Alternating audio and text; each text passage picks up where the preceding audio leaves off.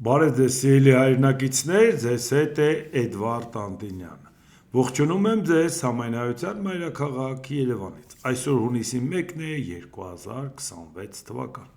Ասել հունիսի 1 անմիջապես հիշում ենք երեխաների պաշտպանության միջազգային օր, իհարկե ուղերձի տեսքով հանդես չեմ գա, դա թողենք պաշտոնյաներին եւ կուսակցապետերին, դա նույնիսկ ինչ-որ միտեղ ընդունված է, բնական է,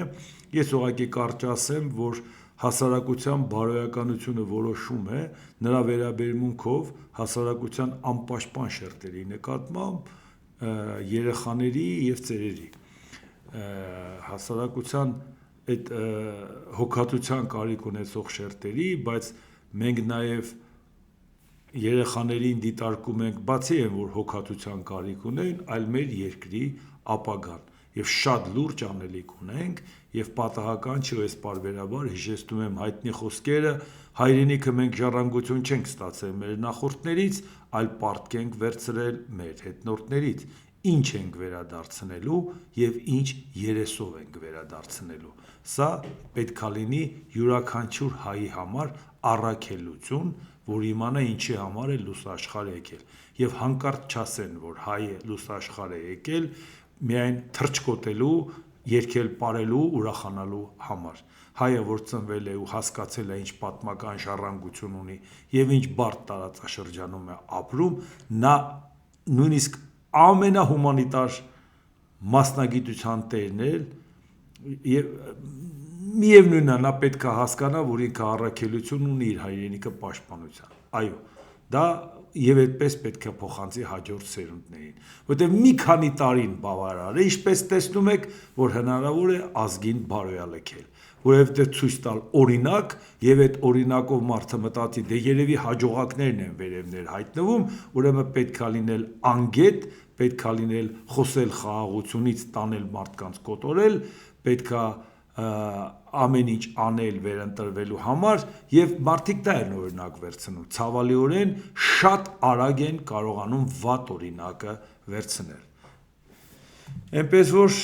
մենք լուրջ անելիք ունենք, հիմա տեսնենք աշխարհաքաղաքական տարածաշրջանային ներպետական զարգացումների հետ կապված ինչ ունենք, Հայաստանի հետ կապված սկսենք դրանից, Հայաստանի կառավարությունից հայտնում են տեղի է ունեցել վարչապետ Նիկոլ Փաշինյանի հեռախոսազրույցը Ռուսաստանի Դաշնության նախագահ Վլադիմիր Պուտինի հետ։ Ռուսաստանի Դաշնության նախագահը Հայաստանի վարչապետին շնորհավորել է ծննդյան օրվա առիթով եւ բարեմաղթանքներ հղել։ Վարչապետ Փաշինյանը շնորհակալություն է հայտնել Ռուսաստանի Դաշնության նախագահին զանգի եւ շնորհավորանքի համար։ Հայաստանի վարչապետը Ռուսաստանի Դաշնության նախագահին շնորհակալություն է հայտնել տարընթերցումների առիթ տվող մի շարք հարցերի վերաբերյալ հավասարակշռված դիրքորոշումների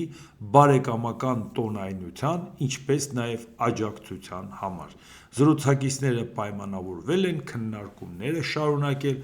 առաջիկա հարմար առիթով հանդիպման ձևաչափով։ Այսինքն, ով էր կասկածում, որ պետք է Վլադիմիր Վլադիմիրիչին ասել, որ հավաստիացնել, որ Հայաստանում չի գտնվի որևէ մեկը ռուսամետ, ռուսաստրուկ կամ ռուսաճորտ, որը ավելի հավատարմորեն կծառայի Վլադիմիր Վլադիմիրիչին, քան Նիկոլ Փաշինյանը։ Ժողովուրդ, մենք դա նորություն չի, մենք դա հրաշալի գիտենք։ Եվ այս պայմանավորվածությունները շնորհակալություն հայտնել, տարընթերցումներից խուսափել եւ այլ, այն էլ առաջիկայում հանդիպել։ Չեմ կարծում, որ առաջիկայում հանդիպումը լինելու է մինչև հունիսի 7-ը, այսինքն Հայաստանի կառավարությունից քննարկում են Պուտինի հետ, որ լավ է, ընտրությունները անցնի, մենք կհանդիպենք։ Այսինքն Պուտինը բնական է պայմանավորվում է, որ հանդիպելու է Փաշինյանի հետ։ Այսինքն Պուտինը հասկացնում է, որ Ժորժ ջան, ոնց որ Տրամփն է սպասում Փաշինյանի հետ հանդիպման հարցեր քննարկելու, այդպես է Վլադիմիր Վլադիմիրիչը։ Եվ սա ինչի մասին է խոսում, որ որևէ մեկի մտքով չանցնի, որ այս խաղերը կարող է թյուրիմացության մեջ գցի մարդկանց, որ տեսեք, այ Ռուսաստանը ճնշում է Հայաստանի վրա, այս Փաշինյանն էլ մի կերպ դրա դեմ պայքարում է, Ժողովուրդ ջան, Փաշինյանը դրա դեմ չի պայքարում։ Փաշինյանը պայքարում է երկրի ներսում, Փաշինյանը երկրից դուրս պայքար չունի, ոչ Պուտինի հետ, ոչ Էրդողանի հետ, ոչ Ալիևի հետ, Ժողովուրդ ջան, ինչի համար ենք մենք ինքնախապեյությամբ զբաղվում։ ինչ էր հարցը։ Հարցը հասկացանք, որ Պուտինը աջակցում է, Պուտինին ասում է, որ բարեկամական տոնայնությամբ, այսինքն նույնիսկ դա է շեշտում Հայաստանի կառավարությունից։ Խոսակցությունը բարեկամական տոնայնությամբ, իսկ ինչի պետք է բարեկամական տոնայնությամբ չլի։ Հա, Պուտինը պետք է վրան ճվճվար։ Դա հատուկ նշվում է, որ ժողովուրդ ջան, չէ, չի ճվճվացել։ Ամեն ինչ նորմալ է, բոլոր հարցերը միասին կարգավորել ենք, առաջիկայում էլ կհանդիպենք ընտրություններից հետո եւ այլ եւ այլ։ Հիմա Հայաստանի ժողովուրդը, Հայաստանի ընտրողը չի ցանկանում Պուտինի եւ Նիկոլ Փաշինյանի խաղաքարտերը խառնի, որ էս ինչ խաղեր եք տալի։ Մի հատ ճնշում ենք, հետո ասում ենք դե մի հատ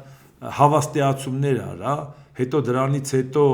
մի հատ էլ ասեն, որ էլի է այդ հարցը քննարկվելու, սա ինչ է։ Մենք այտենց ինքնիշխան պետություն ենք, ու հիմա էլ մյուս կողմն էլ արդեն ոգևորված ասում է, մեզ ընտրեք, հարցերը լուծենք Ռուսաստանի հետ։ Ձեր ժամանակ, որ լուծել եք, այդ տեսել ենք, էլի ժողովուրդ ջան։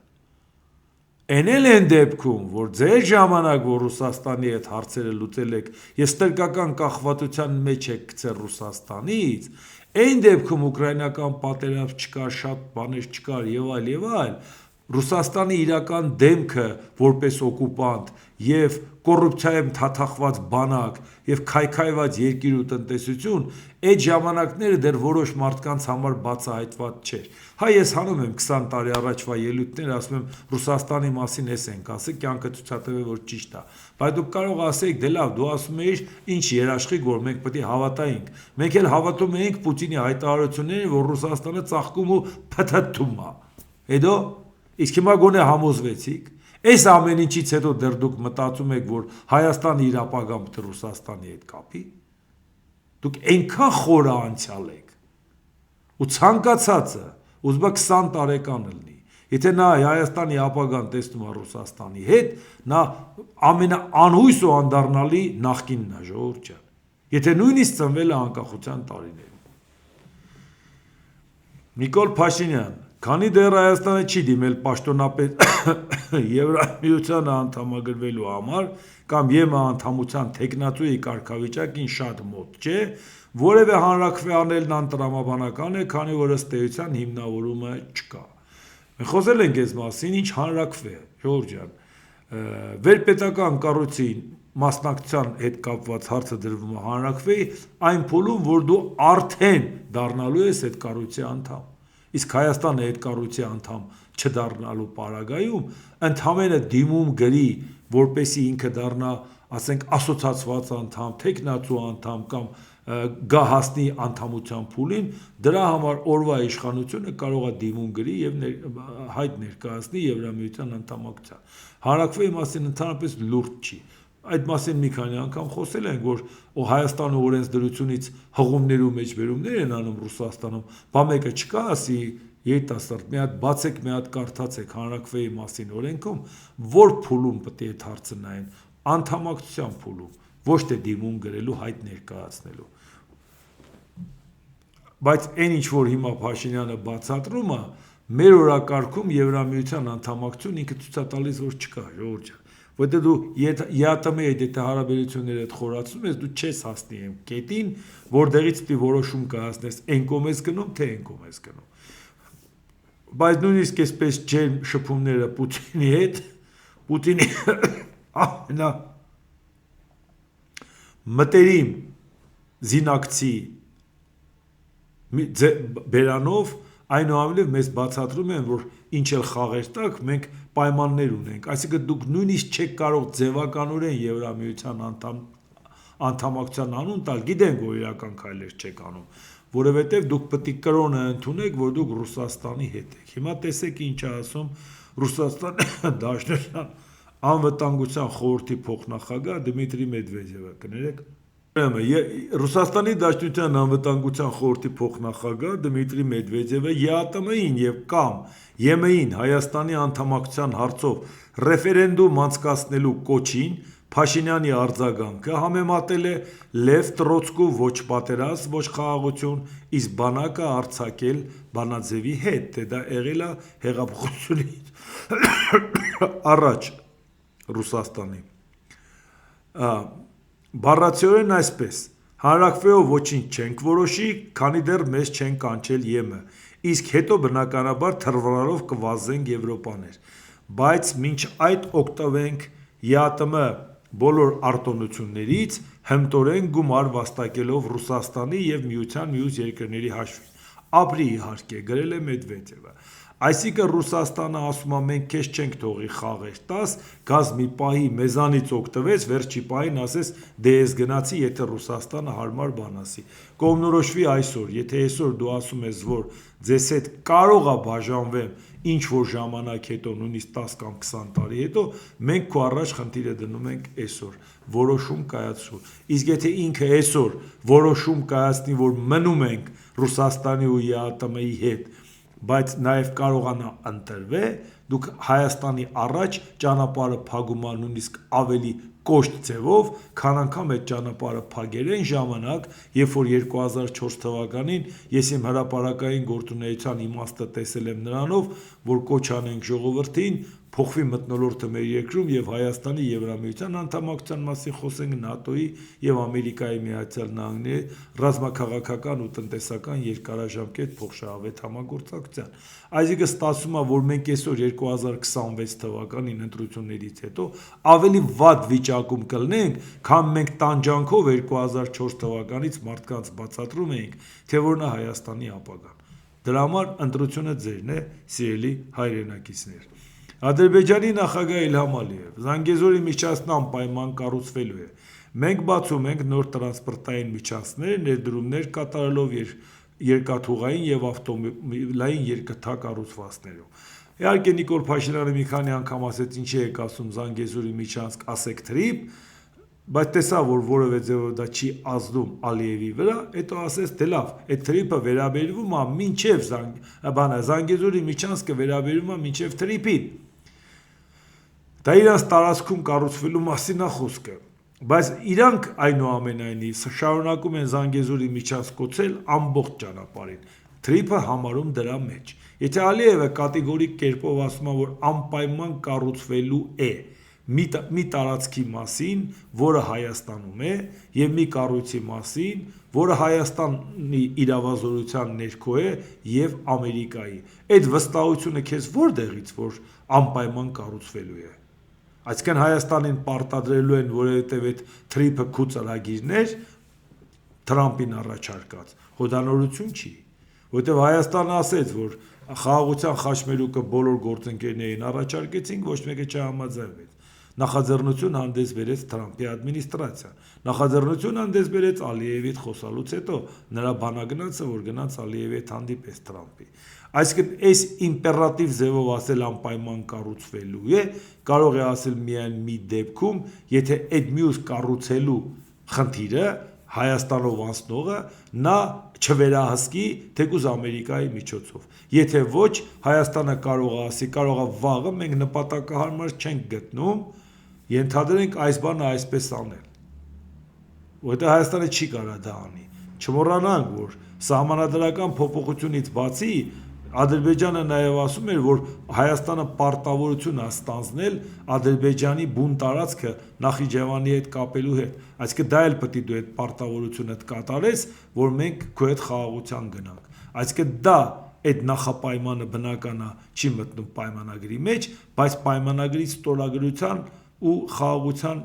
նախապայման են դրանք։ Այնպես որ մենք դա նկատի ունենանք, որ Ալիևը ինչ կատեգորիկ կերպով կարող է դրա մասին խոսել իր տարածքում մարդկանց հետ որևէ ֆորումի ժամանակ։ Ուկրաինայի նախագահ Վոլոդիմիր Զելենսկին ինչ է զգուշացրել հորդորել։ Ռուսաստանն այժմ շատ ավելի բացահայտ է սպառնում մյուս մերձավոր երկրներին, քան նախկինում։ Ռուսաստանի յուրաքանչյուր հարևան լսեց, թե ինչ ասվեց Հայաստանի մասին, որի ժողովուրդը միակն է, որ իրավունք ունի որոշում կայացնելու եւ կընտրի իր երկրի ապագան։ Այնինչ Ռուսաստանն ասում է Հայաստանի մասին, իրականում միայն Հայաստանի մասին չէ։ Ոչ ոք չի կարող մնալ առանց աջակցության։ Եվրոպան իրավունք չունի կորցնելու իր ժողովուրդներից որևէ մեկին, հետևում թողնելու որևէ երկիր։ Հայաստանին պետք է աջակցել, Մոլդովային պետք է աջակցել։ մերձբալթյան երկրներին։ Ադրբեջանին պետք է աջակցել։ Մենք պետք է ուղիներ գտնենք նաև Վրաստանի ժողովրդին աջակցելու համար, եւ սա եվրոպական ընդհանուր խնդիր է։ Ոչ ոք չի կարող կորսվել, գրել է Զելենսկին։ Իդեպ չզարմանաք, որ նաև Ադրբեջանի հետ կապված է ասում եւ դիտարկում, որ նաև Եվրոպայի ազդեցության գոտի է Ադրբեջանը, երբ որ Ադրբեջանը նման հայտ չի ներկայացրել, որովհետեւ ժամանակին, երբ որ Հայաստանը, Վրաստանը եւ Ադրբեջանը ՀԱՊԿ-ի անդամ էին, դա տեղի է ունեցել 92 թվականին, բայց մինչև փաստաթղթերը համաձայնեցրել են, վավերացրել են, եղել է 94 թվականը 5 տարով կնքել են, 99 թվականին պետք է երկարացնեին, Վրաստանն ու Ադրբեջանը դուրս եկան ՀԱՊԿ-ից, Հայաստանը շարունակեց։ Դրանից հետո արդեն եղավ անժամկետ, եթե որևէ մեկը ցանկանա դուրս գա, այլ ոչ թե 5 տարի մեկ թարմացնելով։ Բայց այդ ժամանակ Վրաստանը եւ Ադրբեջանը իրանք հաստատեցին, թե ինչի համար են ՀԱՊԿ-ից դուրս գալիս։ Իրենք ասին, որ մենք ստեղծում ենք միավոր, արդեն ստեղծել ենք միավոր, այդ միավորը չնայած դեռ կանոնադրությունը հաստատված չէր։ Խոսքը ՎՈԱՄ-ի մասին է՝ Վրաստան, Ուկրաինա, Ադրբեջան, Մոլդովա։ Եվ թեկուզ դա տնտեսական համագործակցություն էր, բայց անունը դրել էին հանուն ժողովրդավարության եւ տնտեսական զարգացման։ Այսինքն նրանք ասում էին, որ Եվրոպայի գործընկերն է Մոլդովան, Ուկրաինան, Վրաստանը եւ Ադրբեջանը, ոչ թե Հայաստանն է։ Այդ ժամանակ նրանք Եվրոպային ցույց տվեցին, որ ձեր գործընկերը Ադրբեջանն է, ու այդ ժամանակ, երբ որ նրանք դուրս եկան ՀԱՊԿ-ից, Հայաստանում իրանց կոտորելով շարունակեցին մնալ ՀԱՊԿ-ի մեջ, համարելով, որ դա մեր անվտանգության երաշխավորն է։ Ու մի զարմացեք, որ երբ որ իրան պետք է, Ադրբեջանը ցույց է տալիս, որ ինքը Եվրոպայի գործընկերն է,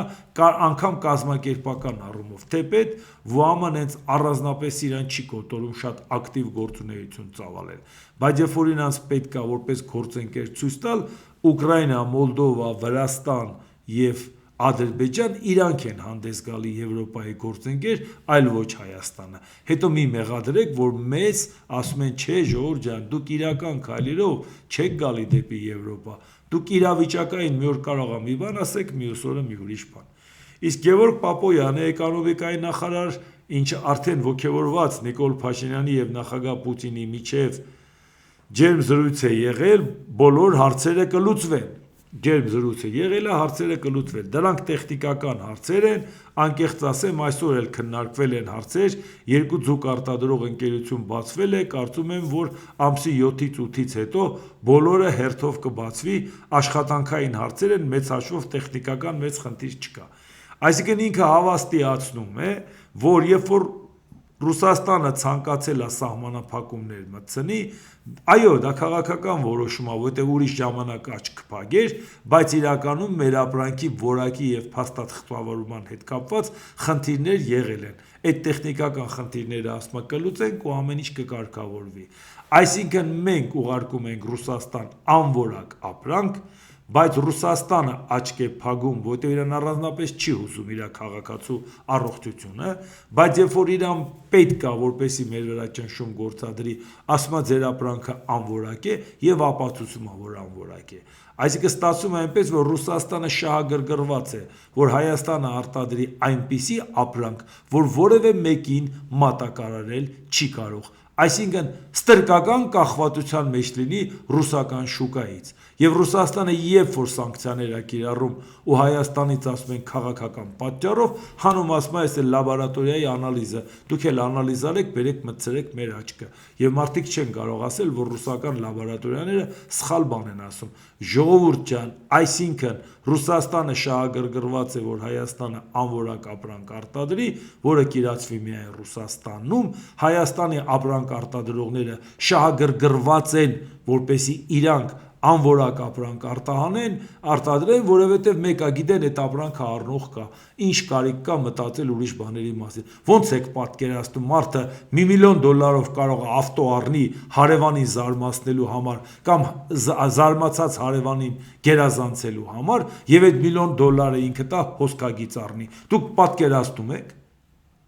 Այդ մարդու ինչին է պետք է հոսքագիծը, այդ բարձր տեխնոլոգիան, եթե իր ապրանքը Ռուսաստանում ապրում են, իրան պետքա թանկարժեք մեքենա, չէ։ Բայց սա մթնոլորտը, ռուսական տիրույթի մթնոլորտը սա է, մեզ սա է առաջարկվում։ Ժողովուրդ ջան, իմացեք, եթե մենք այլապես Ռուսաստանի շուկան չելի, մենք կորացենք, հարց ենք տալի, բա որ Ռուսաստանի շուկան վաղը բացվեց եվրոպական ապրանքների առաջ, մենք ինչ ենք անելու։ Մենք նույնիսկ չենք կարողանալ ռուսական շուկա մտնենք։ Նույնիսկ քաղաքական պայմանավորվածության արդյունքում։ Չեք ուզում դրա մասին մտածեք։ Դրա մասին այս իշխանությունը չի մտածելու, նախկիններն էլ չեն մտածելու։ Դրա մասին մտածելու են մեր պես մարդիկ, որոնք ասում են Հայաստանի ապագան Եվրոպան չեն հասկանում միայն զուտ մի կոմպոնենտ։ Եվրամիությունը միայն տնտեսական կոմպոնենտ չի, այլ քաղաքական է, բարեբախտաբար հիմա նաև ռազմաքաղաքական։ Իսկ հիմա տեսեք,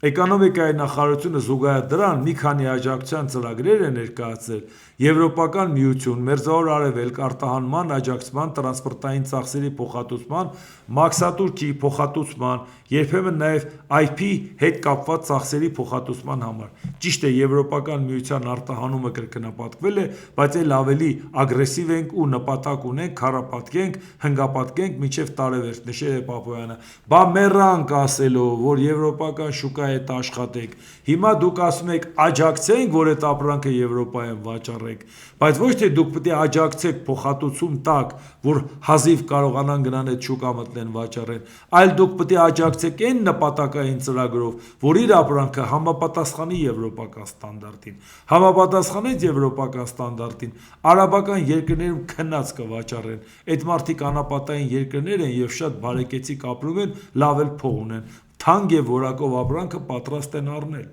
եւ նույնը Եվրոպա, նույնը արաբական երկրներ, նույնը Միացյալ Նահանգներ։ Հիմա դուք նոր Ռուսաստանի սանկցիայի պատճառով ուզում եք փոխհատուցեք, ինչ որ մի ձևով դա անեք, մեկը դրանից ապրանքի որակը չբարձրացավ։ Պարզապես օգնում եք, որ իրանք կարողանան դա վաճառել, գոնե մրցունակ լինի գնային առումով։ Հարցը լուծելու համար գլոբալ լուծում է պահանջում։ Դոնալդ Թրամփն Իլհամ Ալիևին հուշագիր է հղել 2025 թվականի օգոստոսի 8-ի Ազատության աջակցության ակտի 907-րդ բանաձևի սահմանափակումների կացեցման ժամկետը երկարաձգելու մասին։ Իլհամ, դուք հիասքանչ չեք գրառումով։ Փաստաթղթում ընդգծվում է, որ ԱՄՆ-ի կողմից ցուցաբերվող օգնությունը չպետք է օգտագործվի Հայաստանի դեմ եւ չպետք է խոչընդոտի Բաքվի ու Երևանի միջև հարաբերությունների խաղաղ կարգավորման։ Հիմա տեսեք, 907 բանաձևը չեղարկելու հարցը, որը Թրամփը անցնում է, դա կոնգրեսով պետք է լինի, որովհետեւ դեռ 92 թվականից որոշված այդքան գալիս է, բայց մի բան գոնե Միացյալ Նահանգները, ինչքան էլ Ալիևի հետ հարաբերությունը շատ թանկ գնահատի Թրամփը, ասում է, եթե ես քեզ օգնեմ, դու դա չպետք է օգտագործես Հայաստանի դեմ։ Իսկ մեր ռազմավարական դաշնակիցն է Ամերիկան, իհարկե ոչ։ Մեր անվտանգության երաշխավորն է, իհարկե ոչ։ Բա Ռուսաստանը մի քանի միլիարդ դոլարի հարձակողական զենք, որ տալիս էր Ադրբեջանին, չգիտեր ում դեմ է օգտագործելու։ Այսինքն հիմա տարբերությունը տեսեք, ժողովուրդ ջան։ Բայց բացի դրանից նաև Նիկոլ Փաշինյանը իրան կոտորում էր, որպեսզի ամեն ինչ անի, որ Ալիևը ագրեսոր չհամարվի Ադրբեջանը, որի պատճառով այդ գումարները տրվի։ Այդ գումարները առանձնապես Ադրբեջանի համար ոչ մի բան է, բայց որակական առումով, որ Ամերիկան պատրաստվում է ռազմական առումով ֆինանսավորել որոշ ծրագրեր Ադրբեջանի, դա նրան հնարավորություն է տալիս ասել, որ ագրեսորը մենք չենք։ Վերջ։ Բայց դրանից բացի ասում ագրեսորը Հայաստանն է, որ իր հղում է անում Նիկոլ Փաշինյանին, որ իհարկե, բա դուք ինչ գործ ունեիք Ադրբեջանում կռվում էիք։ Այսինքն հերիք ագրեսորը իրանք չեն, պարզվեց ագրեսորը մենք ենք, ու մենք էլ պետք է փոխհատուցում վճարենք, որովհետև մենք օկուպացրել ենք Ադրբեջանի տարածքը։ Այս խայտարակության մեջով ենք անցնում աշներիս առաջ։ Հիմա Ալիևը շնորհակալություն է հայտնել Թրամփին եւ բարձր է գնահատել այդ քայլը։ Մեծարգո նախագահ Դոնալդ Թրամփ ցանկանում եմ իմ խորին երախտագիտությունը հայտնել ձեզ որպես հիշատակի նվեր ինձ ազատության աջակցության ակտի 907-րդ բանաձևի սահմանափակումների կասեցման երկարաձգման մասին հուշագիրը հղելու համար, որն ուղեկցվում էր ձեր անձնական մակագրությամբ և բարի խոսքերով, ես բարձր եմ գնահատում և մեծ արժեք եմ տալիս ձեր այս ուշադիր քայլին, գրել է Ալիևը։ Իսկ եթե հաջողվի կասեցնել, չնայած դեռ կոնգրեսը հարց ունի, դեռ Տրամփի միայն կասեցնելը բավարար չի, նաև հաջորդ նախագահը կարող է գա ու չվերասկսի, որտեղ ասի դե իմը Արցախյան պատերազմ չկա, կոնֆլիկտ չկա, ինչն եմ նորից 907-րդ բանաձևը չվերակենդանացնել։ Այսինքն Ալիևը գիտի, եթե այսօր Տրամփի ձեռով դա արեց, հաջորդի ժամանակ արդեն դա շարունակություն է ունենալու։ Ոնց որ Տրամփից առաջ կասեցրել են, մինչև այսօր կասեցրած մնացել է, որովհետև հաջորդը եկել է, թեկուզ փոխվել է ադմինիստրացիա, միևնույնն է իրանք շարունակել են դա։ Փաստաթղթի համաձայն ԱՄՆ նախագահը կասեցնում է 1992 թվականին կոնգրեսի ընդունած ազատության աջակցության ակտի 907-րդ ուղումը։ Այս դրույթը ողարկելվում էր ամերիկյան կառավարական ցանկացած ուղղակի օգնություն տրամադրել Բաքվին Հայաստանի և Լեռնային Ղարաբաղի շրջափակման պատճառով։ Հիմա Լեռնային Ղարաբաղի հարցը համարում են լուծված, Հայաստանն էլ դա շրջափակված չի, ժողովուրդ ջան, ոնց։ Ադրբեջանից բա բենզին չի եկե, վայ, բա հացահատիկ չի եկե, ինչ շրջափակում։ Բա որ Նիկոլ Փաշինյանը առավոտից երեկո որտեղ մի հատ արտասահմանցի տեսնի, թեկուզ փողոցներում քայլելուց, գնում է նրան ասում է մենք շնորհակալություն ենք հայտնում Ալիևին մեր ճանապարհները բացելու համար, չգիտեք ինչի համար է ասում, որովհետև 907-րդ բանաձևի համար տակը պետք է դնեն, որ ոչ միայն Ալիևը չի շրջափակել Հայաստան, այլ մենք ենք մեղավոր, որ շրջափակել են, մենք խաղաղություն չենք ուզում, մենք սահմանադրությունը չենք փոխում, մենք ենք մեղավոր, ինչ անի խեղճ Ալիևը, եթե ստիպված չկրակի, այս սա արվում է Հայաստանի ձեռքով, Հայաստանի վարչապետի ձեռքով, ժողովուրդ ջան, ավելի պարզ, էլ ոնց բացատրեմ, որ իմանանք։ ԱՄՆ նախագահ Դոնալդ Թրամփ, երբ մենք հանդիպեցինք Սպիտակ տանը, մեզ հաջողվեց առաջընթաց գրանցել և հասնել Հայաստանի և Ադրբեջանի միջև երկարաժամկետ խաղաղության։ Ինչպես գիտեք, տարածաշրջանային էներգետիկ ինտեգրումը օգոստոսի 8-ին կայացած պատմական խաղաղության գագաթնաժողովի առանցքային հենասյուներից մեկն է։ Իմ վարչակազմն անհամբերությամբ սպասում է հունիսին այս թեմայով արդյունավետ քննարկումների Ալիևի և Փաշինյանի միջև, այսինքն ականայք ցույց է տալիս, որ Փաշինյանը դե կընտրվի, դե կհանդիպենք, կքննարկենք։ Միասին մենք կառաջ մղենք խաղաղությունը, կամրապնդենք բարեկեցությունը և կկառուցենք ավելի վստահ ապագա ձեր տարածաշրջանի և ողջ աշխարհի համար։ Այս մասին ասված է ԱՄՆ նախագահ Դոնալդ Թրամփի Բաքվի էներգետիկ շաբաթվա մասնակիցներին ուղղված ուղերձում։ Այդ տենց մի շատ կարևոր ուղերձ էր, բաներ հավաքեր, որի համար պետք է Դոնալդ Թրամփը հատուկ ուղերձով դիմեր։ Դա առիթը պետք է օգտագործել, շնորհակալություն հայտնել Ալիևին, բայց ուշադրություն դարձնենք, մյուս կողմը ինչ է անում։ Եվրամիությունը դատապարտել է Ռուսաստանի կողմից Հայաստանի նկատմամբ ճնշում գործադրելու ցանկացած փորձը խորհրդարանական ընտրություններից առաջ, այն բանից հետո, երբ Մոսկվան կոչ է արել հանրաքվե անցկացնել Եվրամիությանը անդամակցելու Հայաստանի նկրտումների վերաբերյալ։ Եվրամիության խոսնակը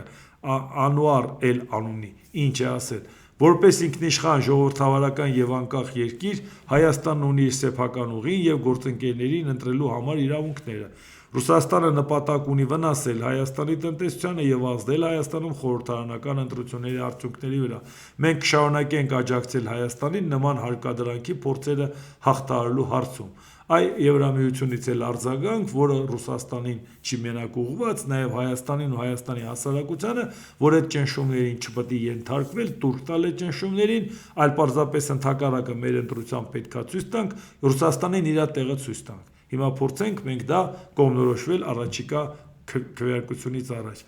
Իսկ Ռուսաստանի նախագահի մամուլի քարտուղար Դմիտրի Պեսկովը, ինչ այգը տեղյակ չի, որ Պուտինը ինչ ջերմ խոսակցություն է ունեցել Փաշինյանի հետ, բայց ասում է չխաբվեք, մենք պայման ենք դրել, դա պետք է կատարվի։ ԵԱՏՄ երկրների ղեկավարների քառակողմ հայտարարությունը ենթադրում է, որ միությունում Հայաստանի գտնվելու նրբությունների հետ կապված բոլոր մանրամասները կմշակվեն մինչև դեկտեմբեր։ Երկրների համապատասխան կառույցները պետք է առաջնորդներին զեկուցեն այս հարցի մշակման մասին։ Այս ամենը դեռ պետք է քննարկվի մինչև դեկտեմբեր, հավելել է Կրեմլի ներկայացուցիչը։ Այսինքն իմացեք մի բան, որ եթերախոսազրույցը չի նշանակում, որ բոլոր հարցերը լուծվեցին եւ արդեն Հայաստանը խնդիրներ չունի Ռուսաստանի հետ։ Ներողություն։ Հա, հիմա այս ամբողջը կարճ ամփոփենք նաև ընտրությունների հետ կապված, այսօր էլ շրջում էինք Երևանում, Արաբկիր վարչական շրջանի մի հատված չէինք հասցրել, այսօր էլ այդ ուղղությամբ են գնացել, շփվել մարդկանց հետ, ներկայացնել Հայաստանի շնորհապետական կուսակցության ծրագրերը, գաղափարները, նպատակները, լսել մարդկանց խնդիրները, շատ-շատերը լավ էլ տեղեկացված են եւ նաեւ ամենակարևորը ունեն էմոցիա։ Ոչ թե ֆիզիկապես գիտեն, որ մեկինը կարապատին կպցրացա, ասեն հայ, մեկինն այն էլ մյուսինն է, մեկինը 100 հատ նկար, թեկուս մերը մի հատ, բայց իրանք ունեն էմոցիա, իրանք ասում են վայ Գուրգեն Սիմոնյանը, վայ, մենք իհարկե, բա, էս էլ որ չտայիք, մենք գիտեինք ում պետք է ընտրենք, մենք արդեն որոշել ենք եւ այլ։ Դա շատ ոգևորիչ է, նշանակում է այն մարդիկ, ովքեր չարչարվում են, ցույց տալ, որ հայ ժողովուրդը գրագետ չի, դրա համար հայ ժողովրդի հետ խոսում ենք իրար հասկանալի լեզվով, չէ ժողովուրդ ջան, դուք եք անգրագետ, ուզում եք դա գցեք ժողովրդի վրա, դուրս եկեք ժողովրդի հետ շփվեք եւ տեսեք նրանց գրագիտության մակարդակը, դուրս եկեք ժողովրդի հետ շփվեք եւ տեսեք ինչ ձևով են տիրապետում թե Գուրգեն Սիմոնյանի ելույթները լսում շատ ուշադիր, թե լսում իմ ելույթները, բայց այդ մարդիկ այդ ինչի համար են դա այդպես ժամանակ ծախսում լսում, եթե դա իրանք չի հետաքրքրում, եթե դա իրանք չի հետաքրքրում կիրթ խոսքը, գրագետ խոսքը, որ մի բան սովորեն, մի բան իմանան, բայց դա ինչից է գալիս։ Այս դուրները այդ գալիս է, այս ամենավերջի հայ-հոյախառն խոսակցությունով մեկը մեկին ասում է գանք փոխարինենք, նույն ոճով իշխանությունը վերցնենք։ Բացի դրանից, օր կա, որ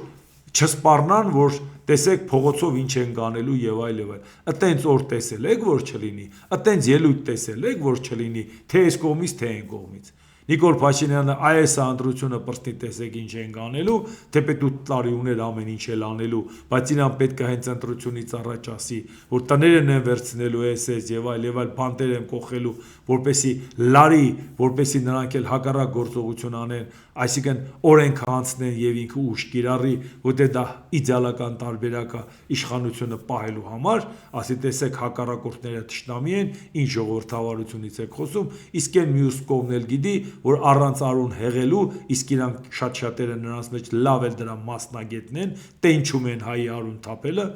եւ մտածեն, որ դա միակ ձևն է, որպեսզի իշխանությունը վերցնեն, այլապես չեն կարող։ Եթե առավոտից երեկո ասում են Նիկոլ Փաշինյանը իր կամքով խաղաղ իշխանությունը չի հանձնի, բայց մենք պետք է իշխանությունից իրան հեռացնենք, ինչ է նշանակում։ Այսինքն Նիկոլ Փաշինյանը ոչ խաղաղ գործողությունների է դիմելու, մենք էլ իրան հեռացնելու ենք։ Ավելի պարզ ինչ ասեն, որ մենք հասկանանք, որ այս մարդկանց համար բախումը ձեռնտու է, իրանք պլանավորել են, ամեն մեկը դակցի մյուսի վրա, որ ասի դե ես ինչ անեմ, նրանից սկսվեց, բայց արդյունքում իրանց նպատակը բախման տանելն է։ Մենք էլ ասում ենք մի ձև կա բախումից խուսափելու համար։ Ամեն օր ես ստիպված եմ դա ասել, որովհետև օր չկա, որ դրա մասին ինչ չհարցնեն։ Այո, ժողովուրդ ջան, բախումը իրանք ցանկանում են, որ տեղի ունենա, եւ մեկը երբ որ ասում եք, բա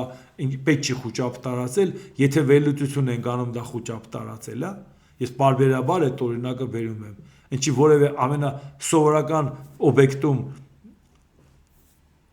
կարակմարիչ, եթե չլինի, օբյեկտը չեն թողի աշխատի։ Դա նրա համար է, որ խոճապ են տարածում։ Դուք մտնում եք այդ տեսնում եք կարակմարիչը պատին ու խոճապահար է կլնում, թե ընդհակառակը հանգիստ է կլնում, որ գիտեք դա կա։ Եթե մի բան կատարվի, դուք կկարողանաք դեմը առնել։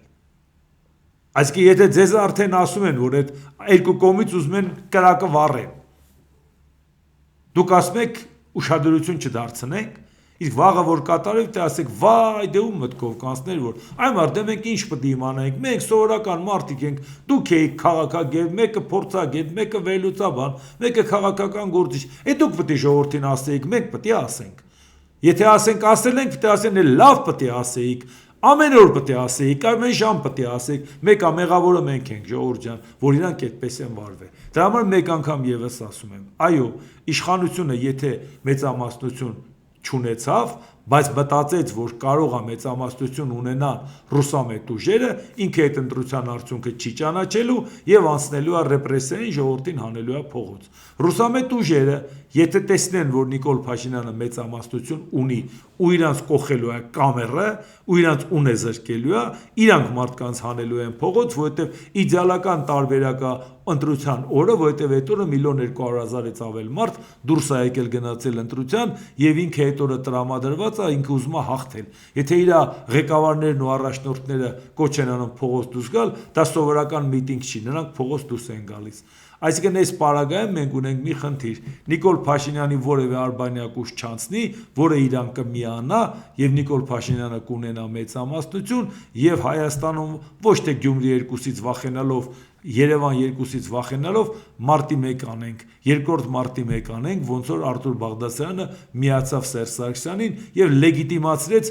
ուժ կիրառել, այսպես ասած, թե դրա լեգիտիմությունը որն էր, մարդուն ճակատային կարակելու լեգիտիմությունը որն էր։ Այսինքն սա նշան նույն հաջողությամբ, որ այն մյուս ուժերը, որ ասում են դե եթե մենք կանցնենք, մենք կմիանանք Սամվել Կարապետյանին, դրանով ցույց կտան, որ իրանք ունեն մեծամասնություն, բայց իշխանությունը իրանց հաղթանակը չի գնահատում, լցվենք փողոց, իշխանությունը վերցնենք ուժով, որովհետև ուրիշ տարբերակ չկա, Նիկոլ Փաշինյանը խաղ չի անցնելու։ Այսինքն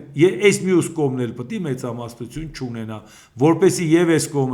կողմը մեծամասնություն չունենա, երկիրը չտանեն բախման, որից կօգտվեն թե Ռուսաստանը, թե Ադրբեջանը, թե Թուրքիան, ու այդպես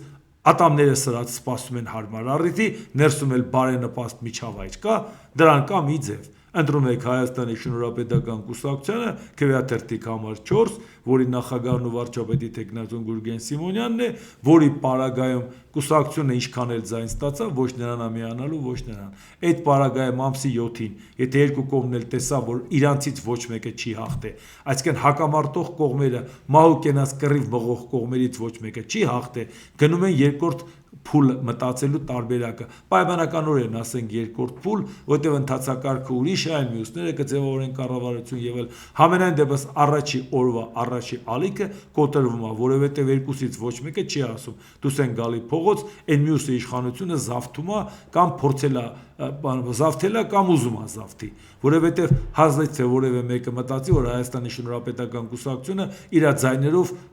իշխանությունը զավթելու է, ոչ վարչական ռեսուրս ունի, ոչ ֆինանսական։ Այսինքն սա ակնհայտ ցույց է տալիս, որ իր աջակցությունը միայն ժողովրդի աջակցությունն է։ Ժողովրդին էլ կդիմի այն ժամանակ, երբ որ կգտնի, որ դրան հնարավորություն կա։ Այսինքն դուք հասկացաք, ընտրելով մի ուժի, որը ի սկզբանե դիրքավորվելու է, որ որևէ մեկին չի միանալու, իսկ մնացած բոլորը դիրքավորվելու են, կամ այստեղ են միանալու, կամ այստեղ, այսինքն նրանք նպաստելու են բախմանը։ Բոլոր այն մարդիկ, ովքեր ասում են, որ դե գիտեք ինչ, պետք չի որ իրանք անցնեն, կարող է ուրիշի պատվերն են կատարել, մի նպատակ ունեն։ Իրանք կամ այս կողմից են, կամ այն կողմից, կամ այս կողմի վարձկանեն, կամ այն կողմի վարձկանեն։ Ժողովուրդ ջան, հասկանում եք, լափը նենց բան է, եթե մարդը դա կերել է, նա կշարունակի ուտել, նույնիսկ եթե զոհվելու խնդիր առաջանա։ Հաստատ են հրապարակային գործիչները, որ ձեզ տանում են զոհելու, իրանք առաջնագծում չեն ելնելու։ Դուք եք գնալու զոհվեք։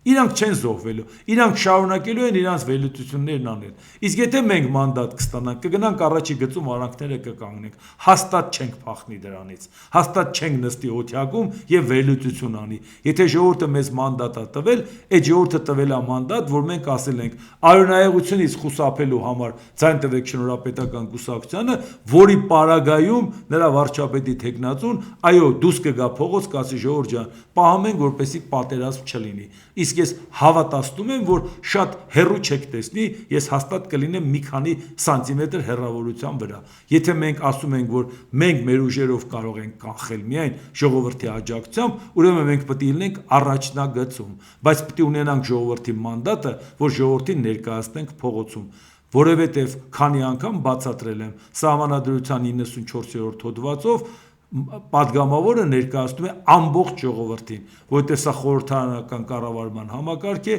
համամասնական ընտրակարգ, այսինքն դու եթե ստանում ես մանդատ, կապ չունի քանի տոկոս, դու ներկայացնում ես ամբողջ ժողովրդին։ Եթե մենք այդ մանդատը ունենք, դուս են գալիս այդ ժողովրդին պահենք, արյունայեղությունից փրկենք։ Եթե մենք այդ մանդատը չունենք, դուրս են գալի, ասում են ժողովուրդ, ձեզ հենց նոր մերժեցին, ինչ եկեք է վոտատակ ընկնում։ Պատի պես կանգնելուց մինչև վոտատակ ընկնելը մի քայլ է, մի հատ քվեարկություն։ Պարզ։ Ու դեք այն ժամանակ չեք կարող ասել, բա խոսում եք, ինչի չօգնեցիք մեզ, դուք մեզ չլիազորեցիք, որ գնանք կյանքներս վտանգենք ձեզ պահելու համար։ Վերջ, ավելի պարզ ինձ թվում է այլ հնարավոր չի բացատրել։ Կարճ տեսնեմ ինչ կհասցնեմ նաև Իրանի հետ կապված, որտեղ լարվածությունը չի թուլանում, իսկ դա խնդիր է մեզ համար, հասկանում եք, եթե Ամերիկայի Միացյալ Նահանգների հետ այսպիսի հեռանկարային պլաններ ունենք, բայց Իրանն ու Ամերիկան լարվածությունը շարունակվում է։ Իրանի արտգործնախարարը Աբբաս Արաղչի Իրանի եւ ԱՄՆ-ի միջև հրադադարն անվերապահորեն տարածվում է մարտական գործողությունների բոլոր գոտիների վրա, ներառյալ Լիբանան։ Ռազմաճակատներից որևէ մեկում դրա խախտումը նշանակում է հրադադարի ռեժիմի խախտում բոլոր ճակատներում։ Արաղչին ընդգծել է, որ տվյալ խախտումների հետևանքների պատասխանատվությունն ամբողջությամբ եւ լիովին ընկնում է ԱՄՆ-ի եւ Իսրայելի վրա։ Այսինքն Իրանն ասում է, եթե Լիբանանում պատերազմը չդադարեցնի, դա նախապայման եմ ներկայացնում, մենք խաղաղության չենք գնալու։ Հիմա հասկացանք ժողովուրդ ջան։ Այսինքն Իրանը պարզ դուրս է գալիս բանակցություններից։ ԱՄՆ զինված ուժերի կենտրոնական հրամանատարությունն էլ հայտարարել է, որ ամերիկյան զինվորները հարվածներ են հասցրել իրանական ռադարին եւ այլ, ի պատասխան Իրանի հարվածին։ Այսինքն դուք տեսնում եք այստեղ խաղաղություն։ Մենք սրա մասին ենք խոսում։ Իրանի իսլամական հեղափոխության պահապանների կորպուսն էլ իր հերթին հայտարարել է, որ պատասխան հարված է հասցրել ամերիկյան այն ռազմաբազային, որտեղից գիշերը հարձակում էր իրականացվել իրանական կետերի վրա։ Իրանի արտգործնախարարության խոսնակ Էսմայիլ Բաղայի մենք պնդում ենք, որ Լիբանանում հրադադարը պատերազմի վերջ դնելու ցանկացած համաձայնագրի կարևոր պայման է։ Միացյալ Նահանգները շարունակում է խախտել Իրանի հետ հրադադարը, Միացյալ Նահանգները նույնպես խախտում է հրադադարը։ Իրանը կձեռնարկի բոլոր միջոցները, որոնք անհրաժեշտ կհամարի Իրանի ազգային անվտանգությանը պաշտպանելու համար։ Այսինքն ինչպես տեսնում եք, հիմա բանակցային process-ից դուրս են գալիս։ Ես դրա համար ուզում եմ ասել, որ խաղաղություն մեր ռեգիոնում չկա, խաբելու չի, եւ առավել եւս որ բոլորին հասելու վերջը մենք տեսանք ինչ ալնում, հիմա նույնիսկ եթե Նիկոլ Փաշինյանն ասում է հարցը Ռուսաստանի հետ հարթել եմ, ինչ ես հարթե, Ռուսաստանի կրոնը ընդունել ես ավելի խստագույն ես, կռացել ես ավելի խստագույն ես, դա ինչ հարթել է։ Մի ձև կա Հայաստանի հայտ ներկայացնելը Եվրամիությանը անդամակցության, ինչ ընթացակարգել կլինի ամեն հաջորդ օրը մենք կլինենք ավելի լավ վիճակում, քան նախորդ օրը։ Դե կհետևենք զարգացումների, դե ինչ, այսօր այսքանը, եթե հավանեցիք սեղմեք լայք կոճակը, բաժանորդագրվեք Էդվարդ Անտինյանի YouTube-յան ալիքին, սեղմեք զանգակ կոճակը, գրեք մեկնաբանություններ, գրեք հարցեր, դիտեք եւ դատեք ինքներդ։ Շնորհակալություն։